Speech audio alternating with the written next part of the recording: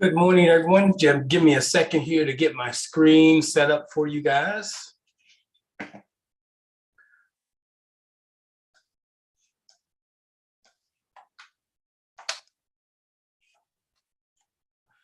My chat up here.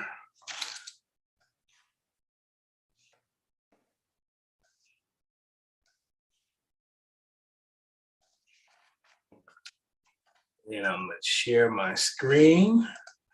Where are we at here?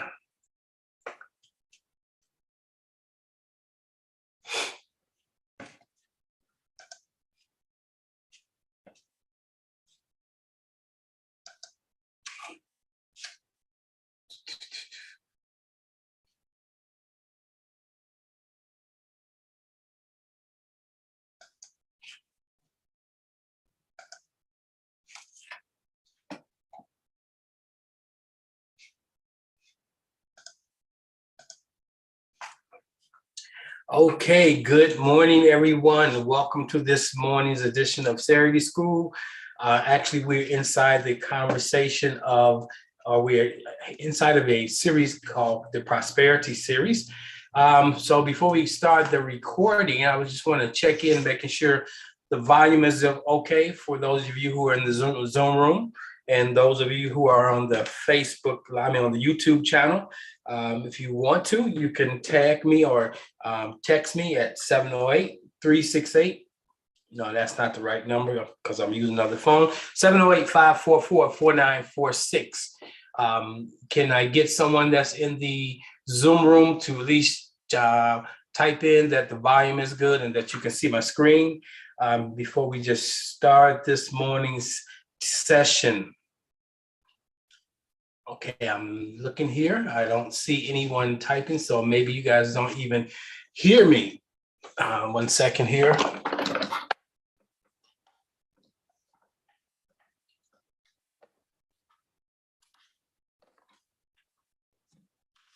Okay, you should be able to hear me now. All right, good. So now that I plugged in my mic, you should be able to hear me. I thank you, Cheryl, for telling me that. I guess you were hearing me through my computer before, but now you should be hearing me even better. Is that better?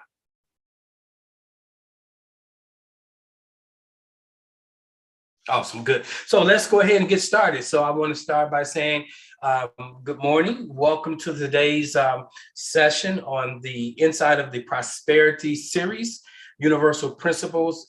We're dealing with universal principles in a comprehensive way, and there is mastery or application associated with today's teaching.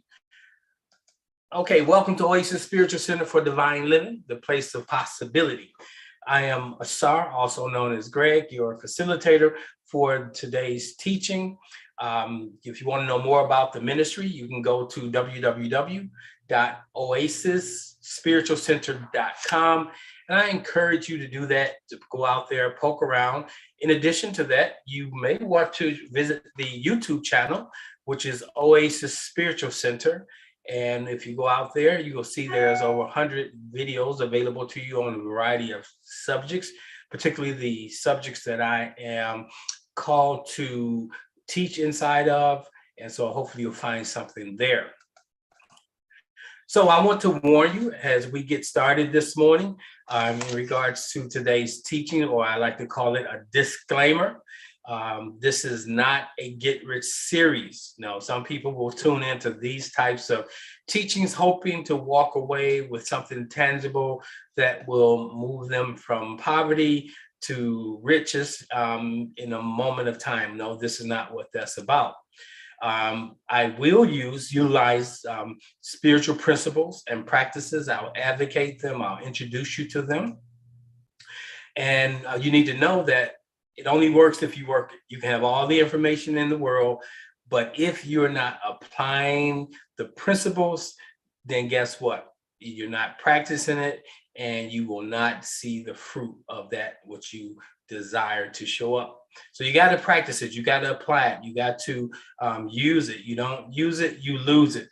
Even with learning, if you your short-term memory keeps things for a very brief period of time, You got to rehearse it. You got to listen to it 3 or 4 times. You got to do some application so you can get that stuff rooted and down into your long-term memory. So the prosperity series is something that I felt led to kick off, and for I don't know how long, but through every Saturday, I'll be out here with a new teaching. The goal isn't to teach it that I may prosper from you coming, but is that you may prosper by your attending these teachings. Inside of this teaching, you're going to become made aware of some shocking truths about prosperity. So we want to look at that this morning. We want to look at the truths that we are holding on to that may be getting in the way of our prosperity. So the teaching points today, we're going to look at your beliefs, or your belief can bury you. Many times we're in the predicaments that we're in because of the beliefs that we hold. We're going to look at freedom in financial literacy. There is freedom in being literate in financial matters. We're going to look at work as a foundation.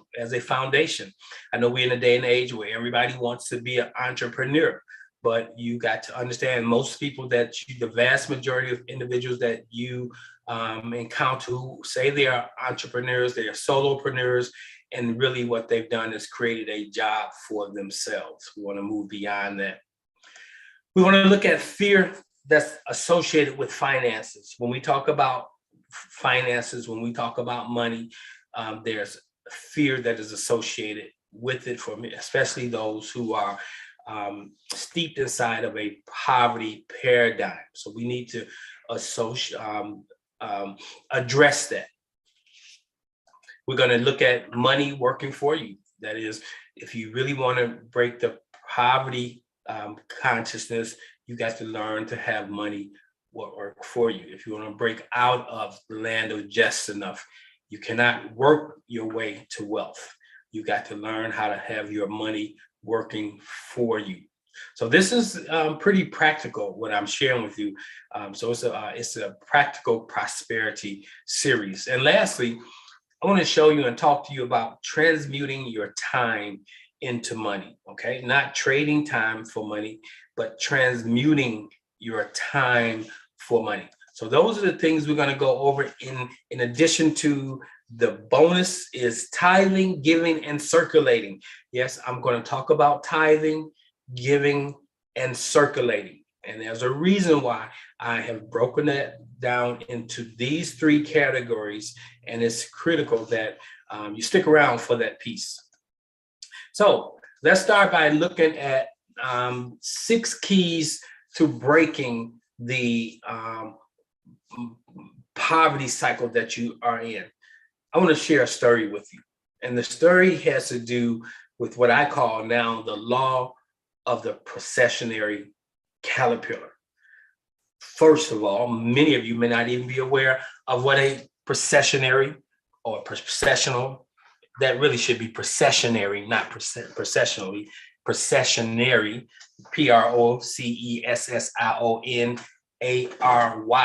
the law of the Precessionary Caterpillar. Now, the Precessionary Caterpillar is a very interesting caterpillar. Not only is it interesting, but it has a principle that can be picked up if you understand the story of the processional caterpillar.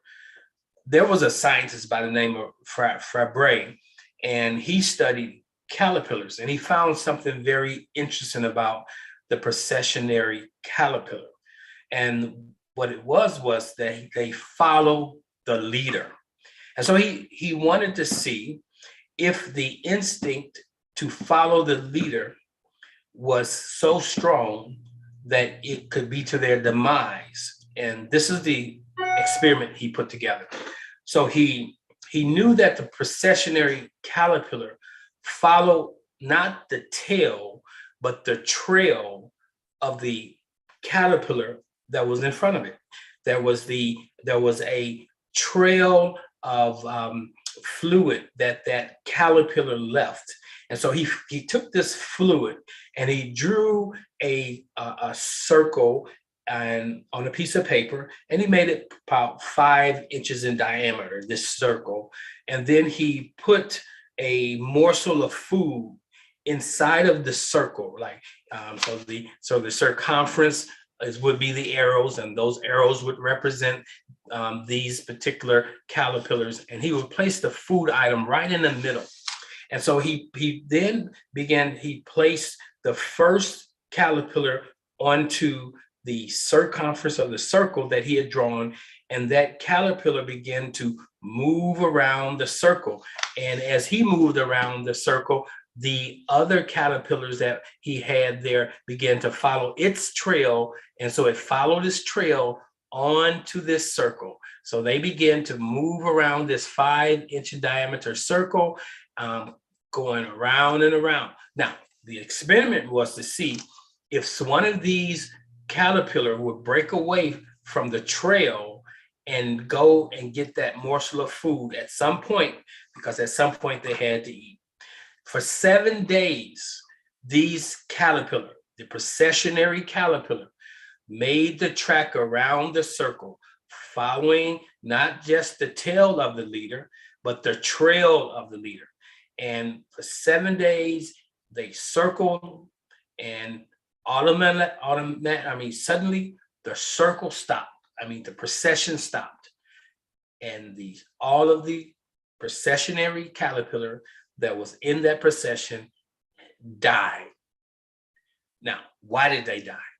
They died from starvation.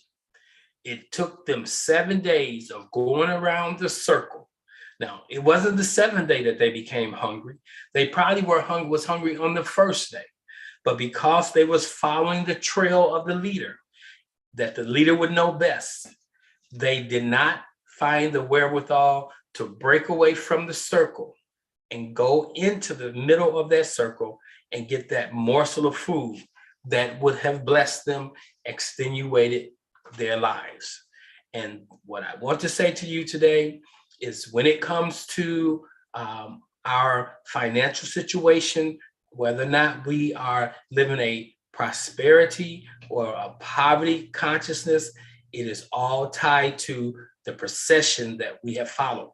And that procession, I would like to call it your beliefs. Your beliefs are those things that are given to you, maybe by your family of origin, given to you perhaps by the society you live in, picked up by you from something you've studied. So beliefs are important to breaking the cycle of, if you're living inside of just enough, you're still in a poverty paradigm. So what is a belief? A belief is an acceptance that a statement is true or something exists. That's simply what a belief is. It's trust, faith, and confidence in something. That's what belief is. Belief does not always have to be based on truth. It doesn't have to be based on experience. It can be based solely on your belief in the person that is sharing that principle, that truth to you. And for most of us, our beliefs are downloaded to us the first 7 years of our lives. Your first 7 years of your life, you are observing everything that's going on around you. You picking up what to do, what not to do, what works, what won't work, what will get you in trouble, what will not get you in trouble, what will have you ostracized from the group, what will have you accepted. And you take all these things on and they become your beliefs. So our beliefs are trails that have been laid down by who? Our parents, like I was stated earlier, laid down by society, the educational process, education, which means to bring out, but in the educational process that we are in today, it's about putting in. We are being brainwashed, or a better way to say that is more palatable. We are being programmed. So the first 7 years of your life, you are programmed. to fit into the society that you're going to be, that you're born into, the family of origin, all those things. So you pick up the program. But when by the time you become a teenager, you begin to understand that you are maybe authentically different than your family, and you begin to expand. And ultimately, you leave your family, you break out of the procession of your family. But oftentimes, you take with you the beliefs of your family. The one thing about beliefs is, unless you identify them, you're not going to change them, because your belief is the program. And unless you are conscientious or aware of the program, you can't change the program. 95% of your day is spent in the program. 5% of your day, you are conscious. The moment you start thinking about something, the program cuts on. The moment you start reading a book, the program cuts on. The moment you start watching a program, that program cuts on. The moment you start driving your car, the program cuts on. And so it's this internalized program that we must be aware that's running 95% of the time. That is why if you have a conscious desire to change, that change does not take place, because you only are conscious of it 5% of your day. The other 95% of your day, you are occupied with something. And while you're occupied, the program is running.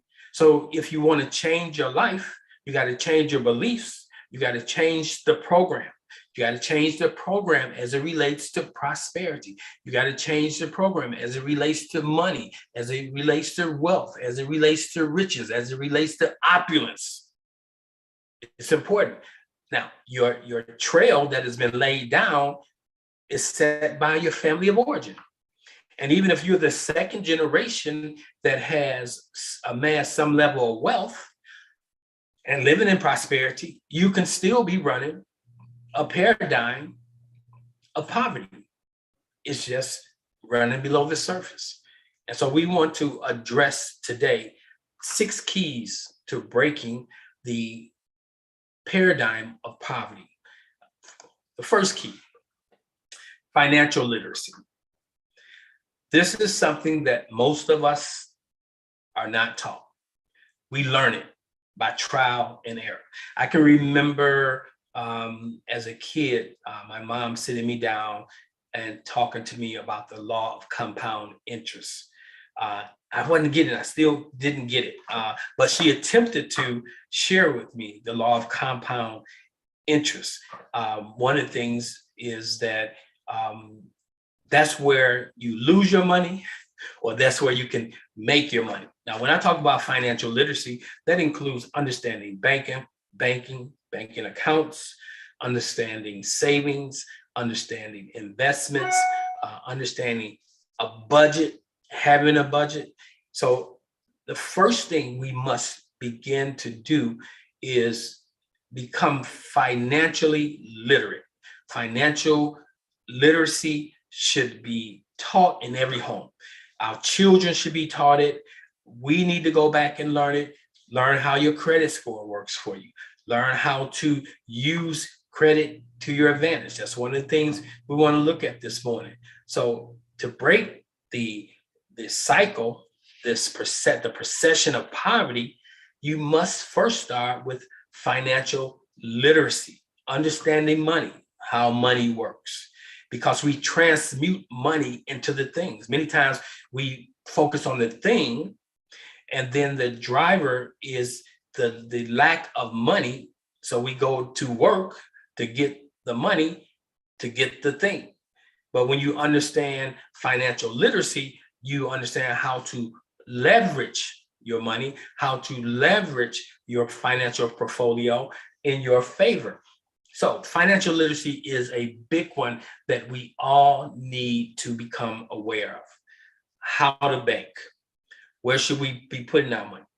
Financial literacy includes what type of insurance do you have? You know, should you have a certain amount of insurance early in life and take those investments and use them in another way later in life, not even having an insurance policy, but you have investments policies that can cover your burial expenses. And so we have to become more literate as it pertains to all financial matters. Now, the reason why I say this is because we are so called to be stewards. Okay, a good steward is not just one who gives, but a good steward is one who is able to take that which is given to them and cultivate it. You remember the story of the guy that was going away, and he gave to his those who work for him monies to invest, and they went about and invested. But there was one who said that he was operating in fear. We're going to come back to that. And as a result of that, he didn't understand how money works. He could have very easily put that money in the bank account in a bank and got at least 1%, 2% return. So 1%, 2% return on your money is greater than no percent. So, but there's other ways, other places to put our money. Now, I'm not a financial guru. I'm just as guilty as many of you who are listening to this presentation right now. I'm learning late in life. I've made a lot of money, even as a young kid. I wasn't making a lot of money, but I made money to satisfy a desire I had. I would make enough money to buy a brand new bicycle. I would make enough money to purchase my new All-Stars. I would make enough because I wasn't going to be seen with PF flyers or slip and slides. But my mom wasn't paying for those things. So if I wanted them, I had to buy them. And so she bought the necessities, but I wanted to go beyond necessity. I wanted name brand. I didn't just want to have on a brand. So financial literacy was something that wasn't taught in my family. And if it was taught, it wasn't taught with the fervency and with the strategy it should have been taught. How many of you on this call was taught financial literacy? I mean, a full-fledged financial program about working, about banking, about investments, about stocks, about bonds, about real estate. How many of us really was taught that? Very few of us. So financial literacy is one of the things you need to begin to educate yourself on. The second thing that I wanted to kind of highlight this morning, that work is foundational. And this is a conversation that needs to be shared with our young generation. Because today, everybody wants to become a millionaire by either beats or social media or some form other than work. Now, here's what you need to know about work. Work is foundational in a couple ways. When you work for someone, you begin to understand the system of work. You begin to understand the management of people, the management of resources, the utilization of tools that are necessary to get a product to the market, the engagement of individuals who are called your customers, customer service, and all these things.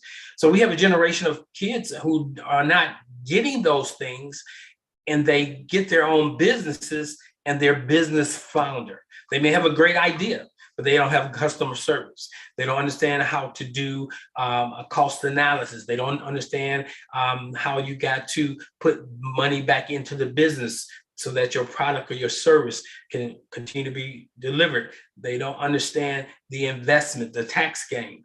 But work is foundational, so you learn a particular thing. The other thing that work does for you, and that your work should do for you, it should prime the pump of your resources. Meaning, when you work, you get compensated, and when you get that compensation, you should use it as an investment. So even your work can be a part of your investment strategy to get wealth, immediate way of getting resources. So sometimes people want God to drop something from heaven when God wants you to or source wants you to create a resume and go get a job. Now, if you got a particular idea, a burning desire to take that idea to the market, and you don't have the money to do it, then your work should be part of your strategy. Okay, I'm going to work for 6 months, and during this 6 months, I'm not going to squander. I'm going to take this money, the vast majority of it, I'm going to invest it where I can get a return on my money for 6 months, a short-term investment. Even if you're putting it in the bank, you're putting it aside so that at the 6 month period, you can take that work that you've put in and now invest it into your business. So work is foundational. We have to, at some point, all of us have had to work. And if you haven't had to work, you will find yourselves having to learn some things that can be very costly if you're learning them in the midst of the game of your running of your business. So there's nothing embarrassing about working, but you have to know that it's just foundational. You'll never get wealthy working. The vast majority of the individuals that we know, because the employer that you're working for has a bottom line, and his or her goal is to amass wealth off of your talent, your resource. So there's something that to be learned. The more people you have working for you, the greater the possibility that you will have or amass great work. Now, when individuals work for you, you want to find value in the workers. So you don't exploit people, but you understand the essential nature of that relationship. The third thing we have to break is our fears around finances. Now, here's some people will say, well, I'm prosperous. But if you're using terms like I'm going to be frugal, then you're not prosperous. You're really operating from a poverty paradigm dressed up or at a level of prosperity, but you still have the poverty. The word frugal basically means that you are really going to watch how you use your resources, even though you might want or desire a certain thing. Frugality says, I can't get that. I'm not going to get that because that's not the best use of my money, but yet you have the money to do that. So individuals, you need to know that billionaires, millionaires, wealthy people are not frugal. Wealthy people make wise decisions, but they're not frugal. The term frugality puts you inside of the possibility of limits, the possibility of losing, the possibility of not having enough. But if you understand what prosperity is, it means abundance, it means more than enough.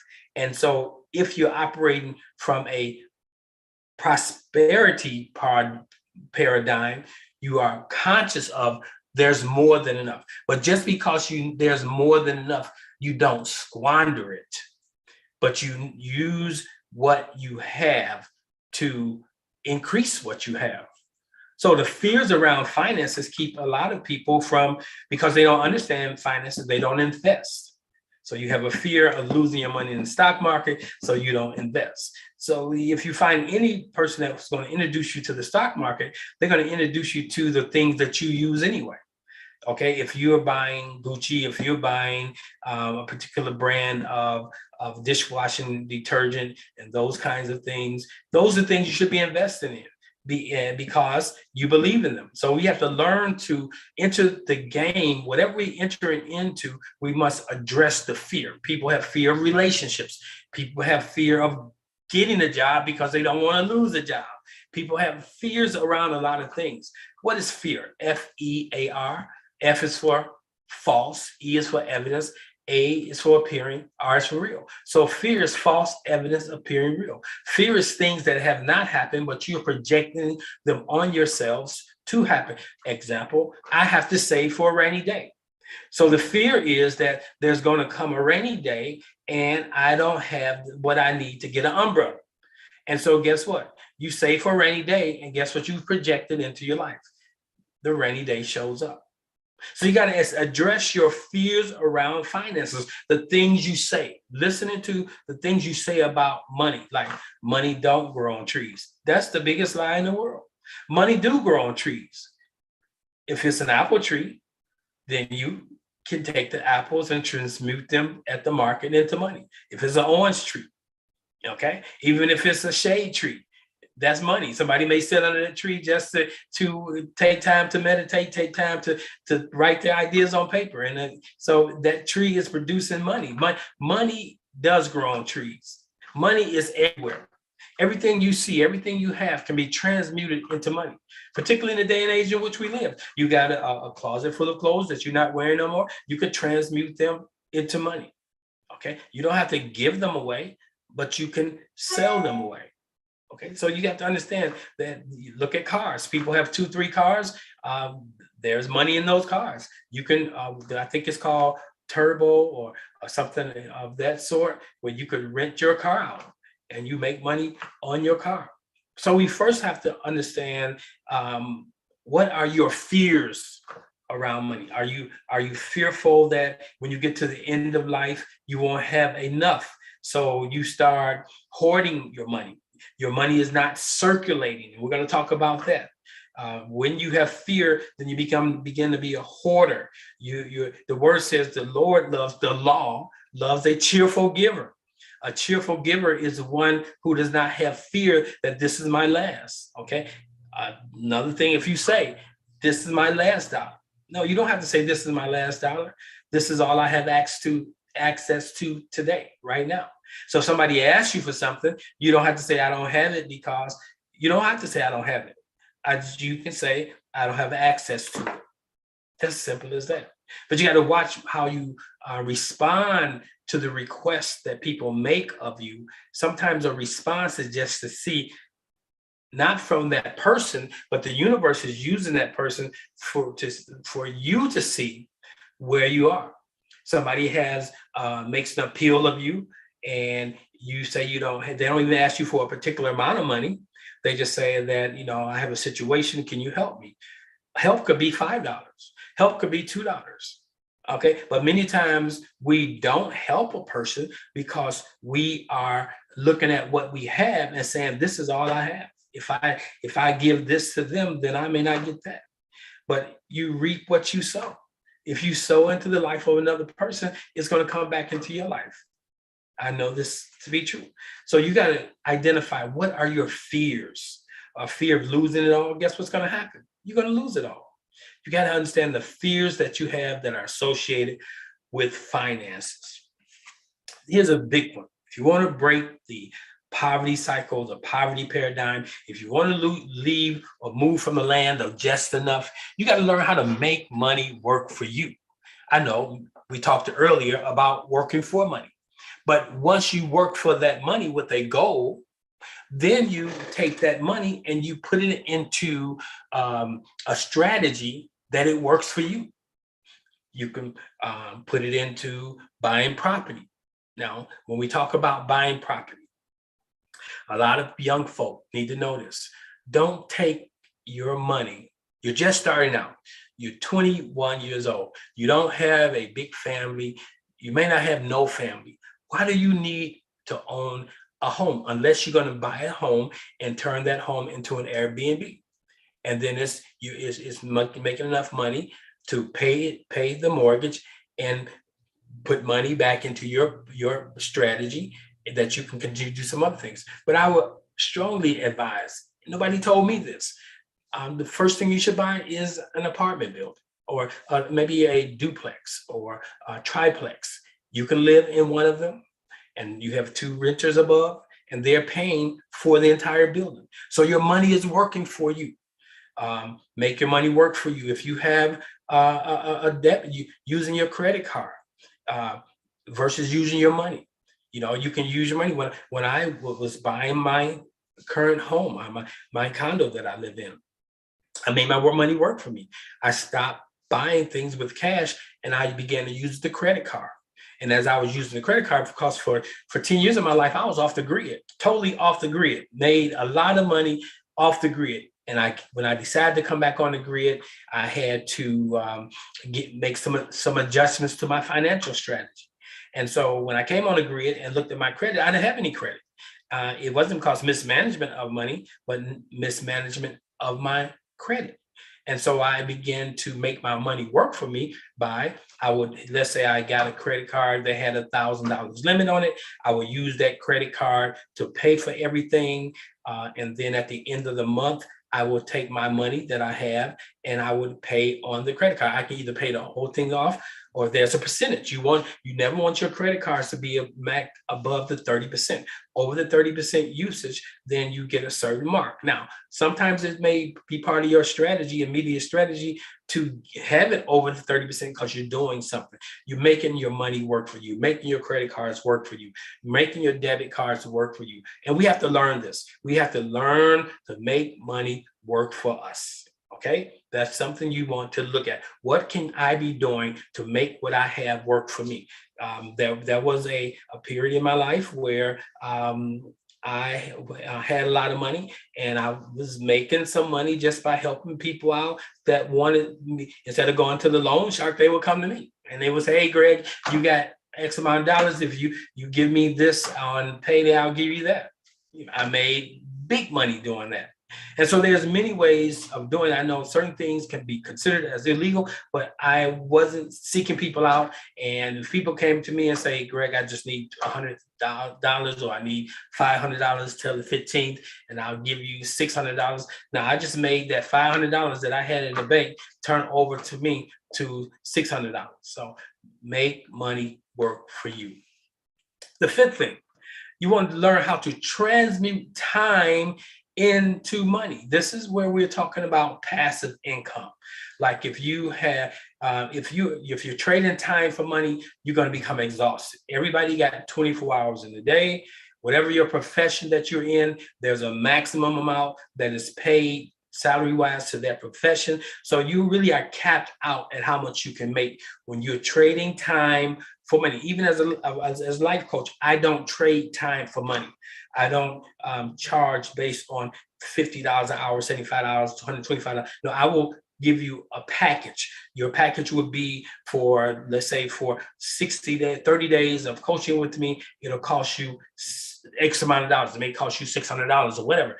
And inside of that package, you get certain things, amount of time with me, but I'm not trading time for money. Like you give me an hour of, I'll give you an hour of my time for $150. No, that's the same thing, because then you only have so many hours in a day and you're limited in how many people you can see and how much money you can make. Early on, I moved from seeing individuals to seeing the group, doing group coaching or group counseling versus doing individual counseling. Individual counseling, I got that hour and I get paid, let's say $125 for that hour. But if I got that group program, I got 10 people in that group, instead of being paid $125 out. Now I'm not charging each one $125, but I may say, since it's a group function, now everybody pays $100 for the group. And that's what so I went from that same hour making what? $125 to now I make $1,000 in that hour. How to transmute your time into money. Time is money. Can you get me on that? So many times when we talk about when we talk about prosperity from a spiritual perspective, we're expecting the universe just to drop into us the money we need. No, but the word of God tells us that God will give you one witty invention. But many times we have a witty invention, but we don't take it to the market, or we don't have the money to get it to the market. So we have to understand that money has many applications in our lives, and money is not there to be spent. But when we talk about transmuting time into money, you want to be able to, while you are asleep, your sleep time transmute into money. I have individuals who sow into my life, and I hear the bell go off because they find value in me. When that bell go off my phone, I know someone has just sowed into me. They don't sow into a building, because the building don't help them. The person helps them. Religion would have you to believe it's the organization that's helping you, but it's the organism. That's why you got to find the right person that has what you need, and you sow into that person. And that makes a difference. So transmuting time into money, and what you do for others will be done for you. It's cyclical. What you do, others will do, and you can expect them to, because you did it. Now, this is the last point, the last key that I want. There's many keys, but the 6 that I thought I wanted to share with you all today, this one is really key. Yes, tithing, giving, and circulating. Now, in the day in which we live, when you use the word tithe, people look at you side-eyed because it automatically sends up bells, whistles, and buzzers. Because people have been taken advantage of. People have been exploited by the church. And I don't know about the white church. I can talk about the black church. And I could talk about it because I pastored a church.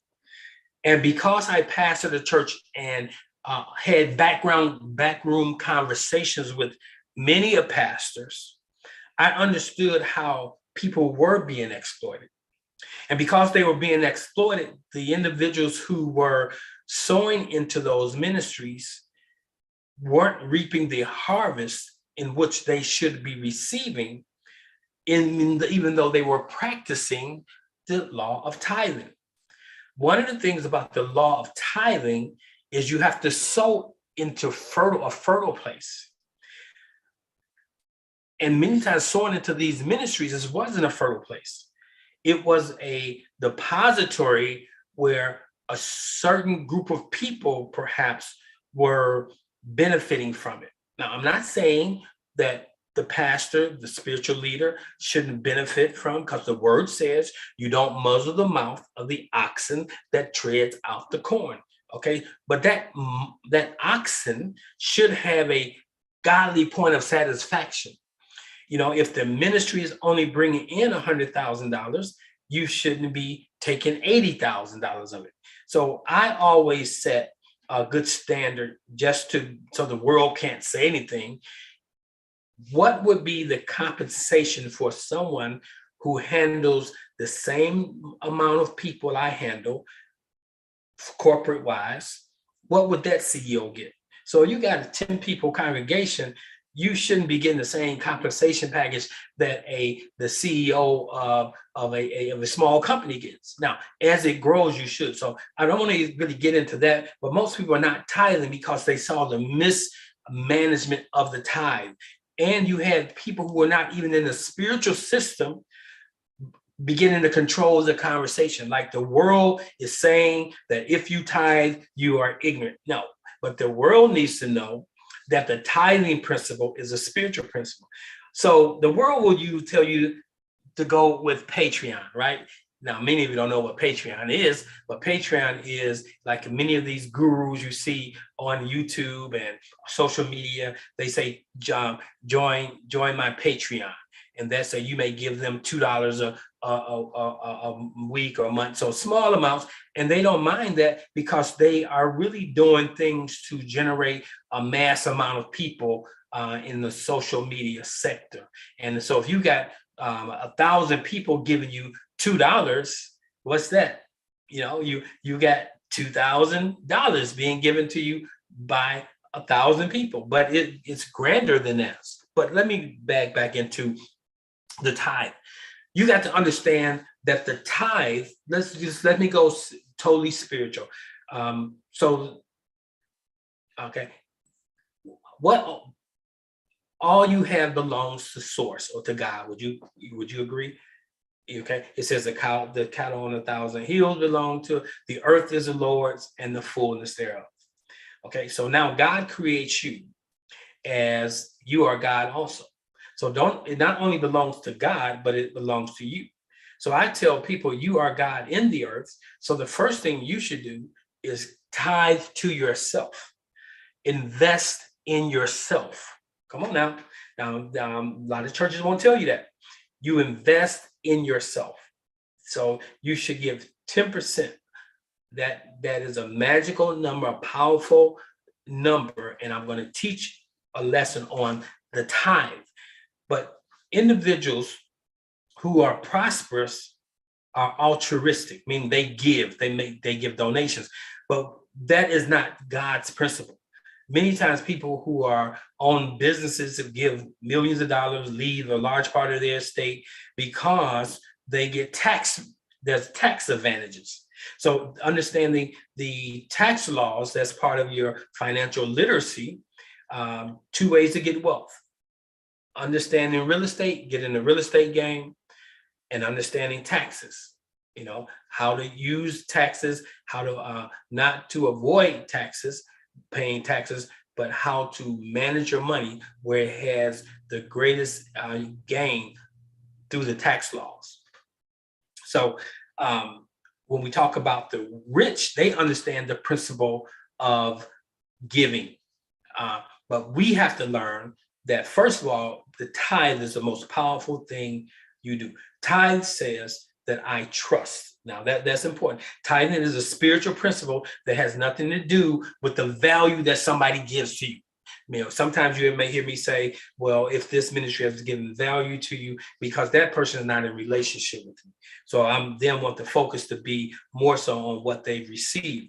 But when you are really understand the spiritual principle of spiritual economics, you know that all that you have belongs to God, to source divine. But it only asks that you give 10%. So if you got $1, it's only saying, give me 10 pennies. If you have 10 pennies, source is saying to you, can I trust you to give me 1 penny on that dime? Now, the smaller it is, the easier it is. And that's why I tell people to begin to, when you have little or nothing, you begin to apply the principles. Because if you say, when I begin to make money, I'm going to tithe, I'm going to tell you what you're going to do. You're not going to do it. You're not going to do it. So you start with what you have and you work the principles. And as it grows, 10% is always 10%. So if you now are, let's say you got $2,000 and you're tithing 200, and you consistently do that, and then one day you're getting, let's say you get $400,000 and you're tithing 40,000 that year on that, 400,000, 40, so 10% of 400,000, you tithe that a year. It don't impact you because you know it's still 10%. But if you have not been tithing, $40,000 looks like a huge amount of money. It is a huge amount of money, but it really impacts you. It hits differently. So tithing has to be something that you consistently do, because it's saying, I trust the universe. And the universe is seeing the act of trusting. Now, if you're paying for something, there's no trust in that, because you're paying for something you've already received. Tithing is a spiritual principle that you are employing. Now, does source need your money? No, but source is showing to you that this is how you can tell whether or not you really are, one, dependent on source, two, are running a paradigm of prosperity or poverty. If you're not a consistent tither, you are not, either you're ignorant of the tithe, or you know about the tithe, but you say, I can't afford to tithe, then you really are in a paradigm of poverty. And if you're not in a paradigm of poverty, you're heading to that direction because you're not applying spiritual principles. The next thing is giving. It's the Tithe Plus. Okay, so the tithe, you sow, and I first sow it into yourself. Meaning, example, if sowing into yourself means I'm going to sow it into myself in a way that increases who I am and what I'm able to do. And so if I'm going to a particular ministry and that ministry is blessing me, no, not even blessing, but this is the place where I want to sow because it really feeds me. I'm not giving it to the ministry because the ministry is requesting it. I'm giving it to this ministry because I am being fed in this ministry. And so this is where my tithe will go. Now, if you're not part of ministry, you can tithe into people. When I say ministry, something that feeds you, you can tithe. You can take the tithe and you can pay for a class, a course that is feeding you. But the tithe is consistent. It's something that's consistent. I'm gonna go into that more deeply. I'm just surfacing it right now. But giving. So giving is, if you haven't tithed, you're not giving.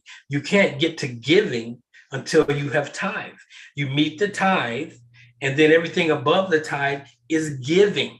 And it says giving, it should be. So now some people say, well, I'm giving. So I'm talking to the spiritual audience that has been inside of the religious practice of Christianity. If you're not a Christian, this probably is going over your head. You probably are not resonating with it. Fine. So you can cut it off right here. But this is for those who are Christians. If you're not tithing, then you're not giving. Tithe is tithes first and then giving. So everything you do above the tithe is giving. So you got to know that. So people may say, well, I'm giving. No, you're not giving.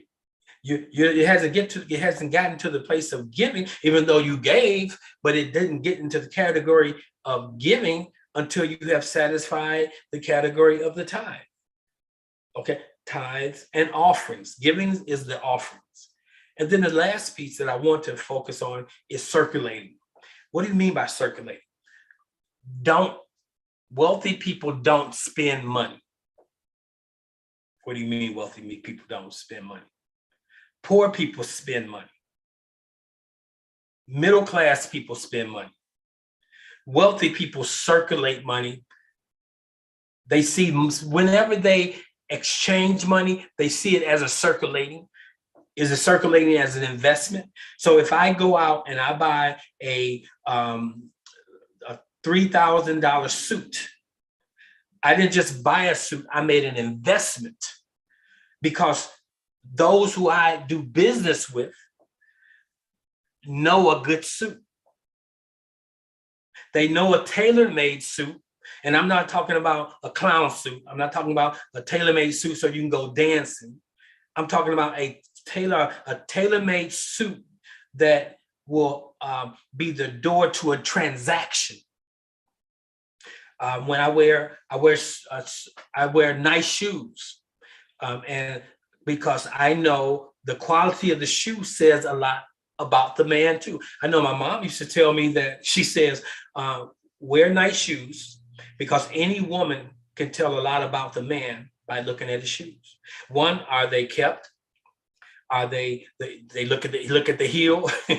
if the heel is run over, then you can tell that, I can tell you that he's run over, because he can't take time to do something foundational as replace the heel on his shoe.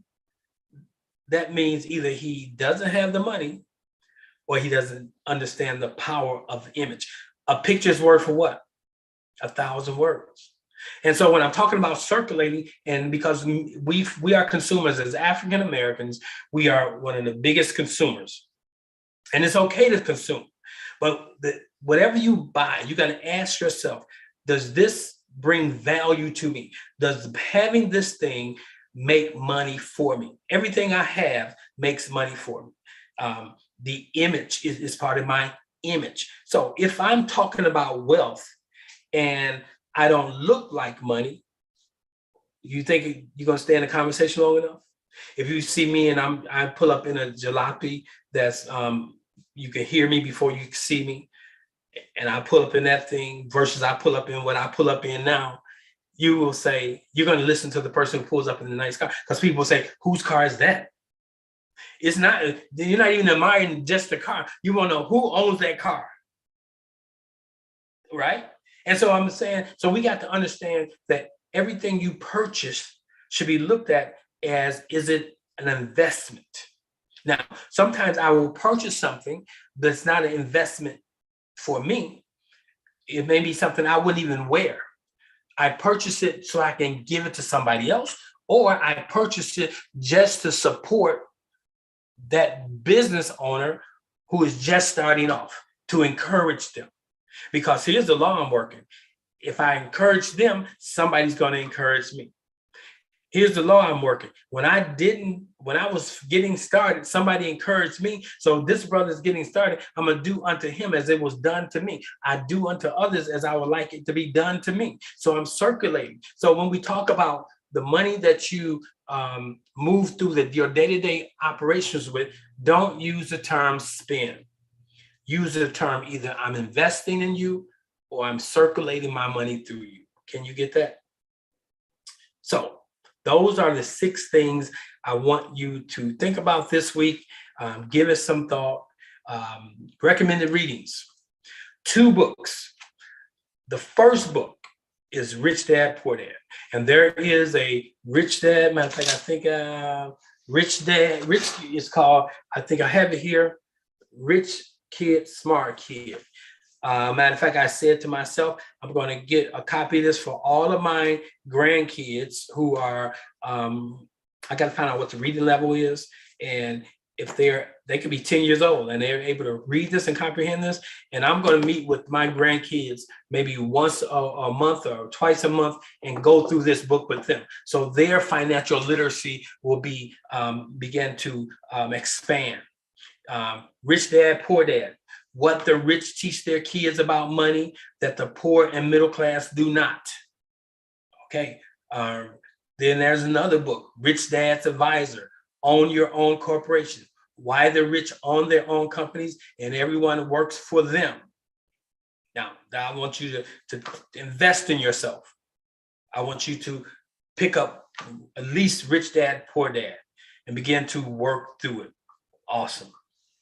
So this morning, the teaching points, your beliefs can bury you because you continue to walk around the circle doing what your parents did. Freedom and financial literacy. If you understand finances or you're literate in that, to be illiterate is to be ignorant, and to be ignorant is to become a prey. Work as a foundation. There's nothing wrong with working. I'm 62 years old and I just went back to work. Now that's funny because at 38, I took retirement. At 38, after 10 years with the military, 8 years with the federal government, gave me 18 years towards retirement. But I knew I had to work at least another 27 years to retire. And so I said, you know what? I'm going to take my retirement now. So in my youthful years, I stopped working, but I had enough money. I had ideas to move through life. Now, when I came to 62, at 58, I decided to go back and pick up the other 2 years that my 18 years now can be transmuted into 20. And so here in a couple of years, I'm able to retire with my full government retirement. So that money will be coming in and all the things I do outside of that. So multiple cash streams. So work as a foundation. So I'm glad I was in the military, because I was in the military. I don't really have to have healthcare, because if I have any medical needs, I can go to the VA. Now I do supplement my VA right now. I use another healthcare provider because I have the money to do that. But there was a season where I wasn't working, but my healthcare was covered because I had been in the military. So you got to use work as a foundation. So be wise and don't just run around and say, I don't want to work for nobody. No, you got to start somewhere. Fear associated with finances. You got to get over your fears that you have about money, even to talk about money. People say, you want to talk about prosperity, but you don't want to mention money. You want to talk about wealth, but you don't want to mention money. No, we got to deal with the base thing of prosperity and finances, and it's money. Money's working for you. That's so important.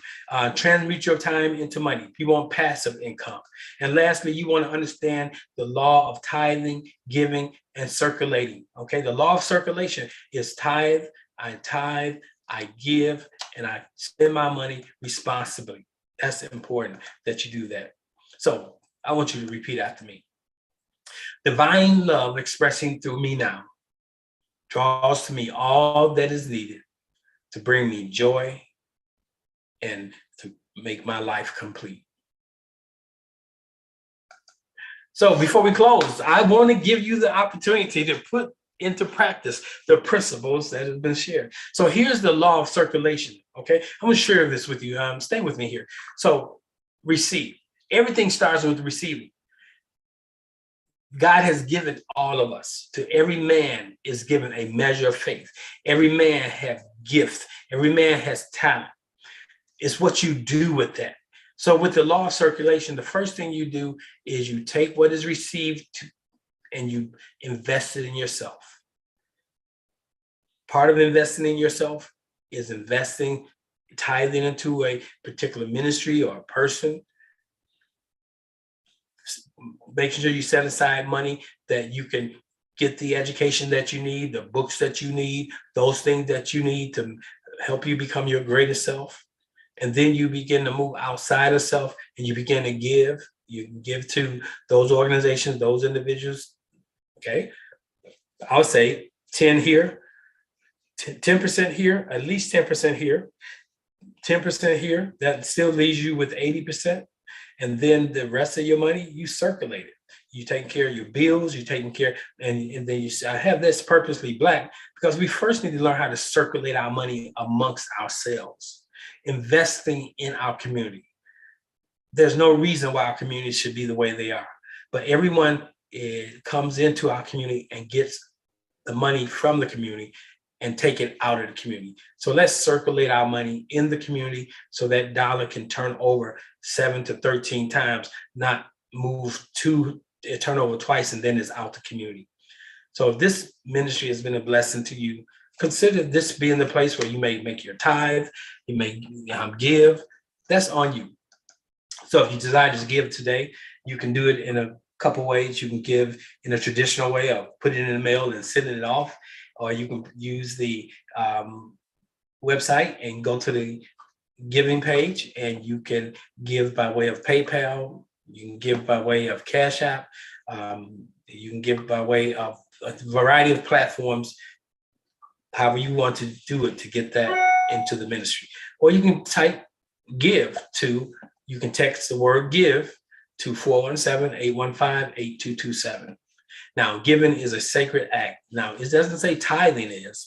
Giving is a sacred act of your acknowledgement of another's value in your life. That's a giving statement there.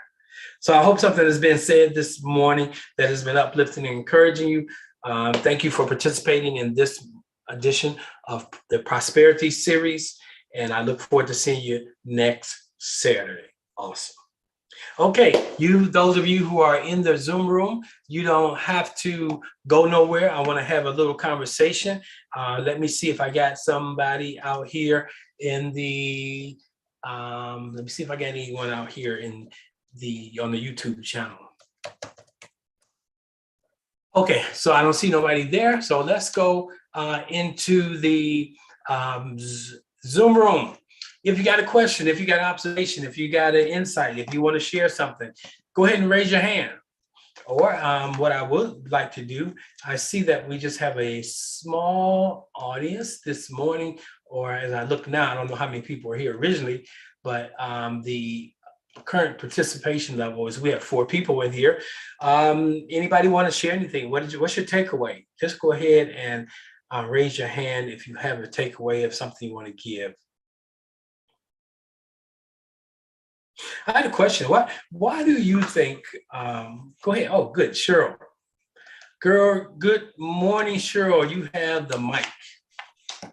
Good morning, everyone. Where do you begin if you are... Just go ahead. I'm sorry. Raise your hand. Mm-hmm. If you are at a place where, myself personally, I was not taught financial literacy. I was taught to tithe, and when I came into the knowledge of tithing, I've done that since I became aware of it. But I have not, I've not used my money to invest so that it would work for me to its fullest potential. Awesome. So at this point, I'm not quite clear on where to begin. Okay, good. So at this point in your life, you're at the other end of the spectrum where you got more life behind you. No, you got more physical life behind you than you do have in front of you. So your investment strategies will be a little different. You don't take as many risks. But I would start with reading Rich Dad, Poor Dad. That's a great place to start. I also, so in me, it starts with education. It starts with talking to individuals who are not trying to sell their service to you, but are truly educating you. So that may mean taking a seminar at a college, something of that sort, that you can get your. Hold on one second. You can get your be brought up to snuff educationally. That's the best way to start. Okay. Okay. One Thank second. you.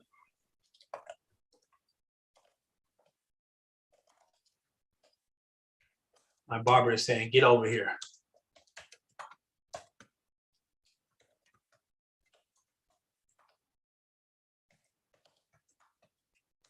Okay, good. All right, so good. So that's a great question, Cheryl. And I encourage everybody to start where they are. That's where you start. Talk to someone, have someone look at your portfolio, to help them understand what you're trying to accomplish. You may be surprised you have more than you realize. Like I've beginning to look at what money I got up, how I'm gonna live the next phase of my life. And even in all of the things that I have materially, I also still I'm trusting in the universe that if I use the universal principles, it's not too late. The universal principles will work in your behalf, and you will not. It says you'll never see my seed begging bread, okay, or the righteous forsaken, or my seed begging bread. Those who use the principles properly will never be wanting for anything. The Lord is your guide. You shall not want, and everything you desire, as though while the Lord is your guide, it will deliver. It desires to give you the desires of your heart. Okay. Awesome. Well, that's all I have, guys. It's good to see you. I'm glad you all joined me, and I hope something was said that was uplifting and encouraging. You can always reach me at 708-544-4946 if you want to have a backroom conversation, or you need insight on something and you didn't really want to express it publicly. Don't hesitate to reach out to me, or you can text me, email me at ambassador12@me.com. Peace. Have a wonderful day, and I'll be chatting with you guys in the morning at 9 a.m. tomorrow. We will have the Serendipity Sunday, and I'll make sure I get that out to you guys. Take care now.